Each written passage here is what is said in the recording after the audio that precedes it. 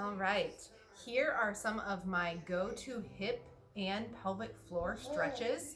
A lot of us keep tension in our glutes and our adductors, which are your inner thighs, and then our pelvic floor.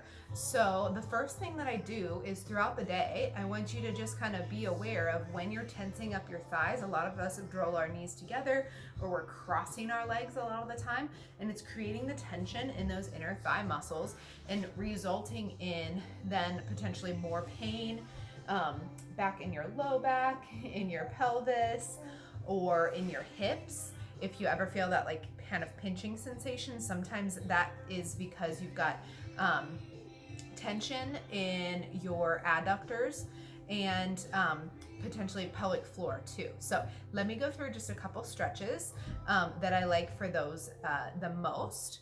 So the first one is actually a figure 4 stretch. You can do this sitting on a chair or on the floor like this. So what I like to have people do is push through their feet, lift your hips, and then cross one ankle over your knee.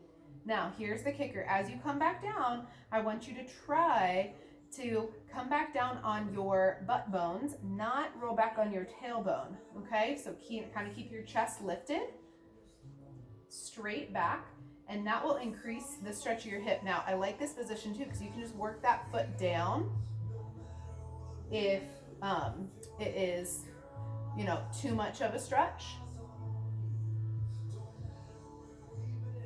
Okay, now we'll lift back up. It's a good strengthening for your arms too. Switch legs and come back down. Work the foot down if it's too much of a stretch.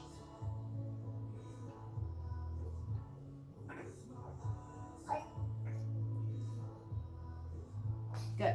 Okay, the second one I love is actually more of a pelvic floor and hip stretch. So you're gonna cross one knee in front so that it's pointing straight ahead. Try to keep your hips square. Take the other leg and you're gonna wanna try to line your knees up. Okay, sitting up as straight as you can. So if just keeping a straight back like this is fine, but if you can, then you can keep that straight back and start to lean forward. Okay, buddy.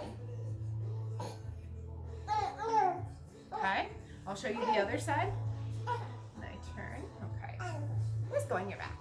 There we go. Okay, so then I'm gonna cross my left leg under, do the other side, and then right leg over.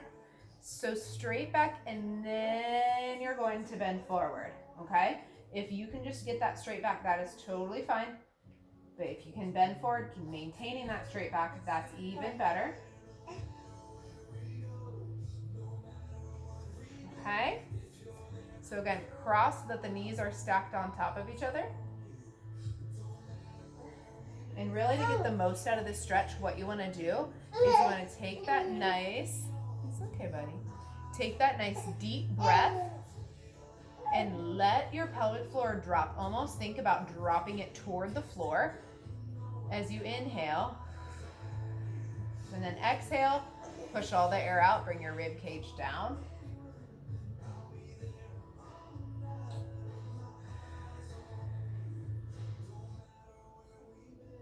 Okay. The last stretch I love is super easy.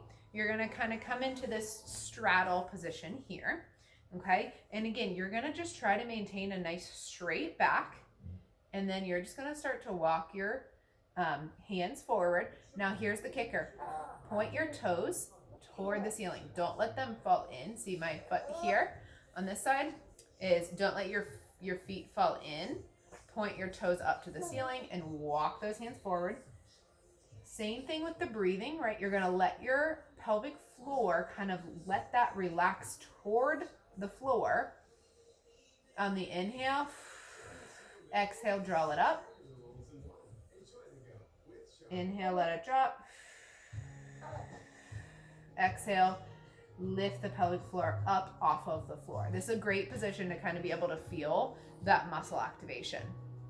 Okay, so that's going to stretch around the hips. And it's also going to stretch the inner thighs too, which can release a lot of pain around the hips. And often those are stretches that we don't necessarily go to right away if you have pinching in front of the hip. So that can help kind of realign things so that you're not catching and causing stress to those areas.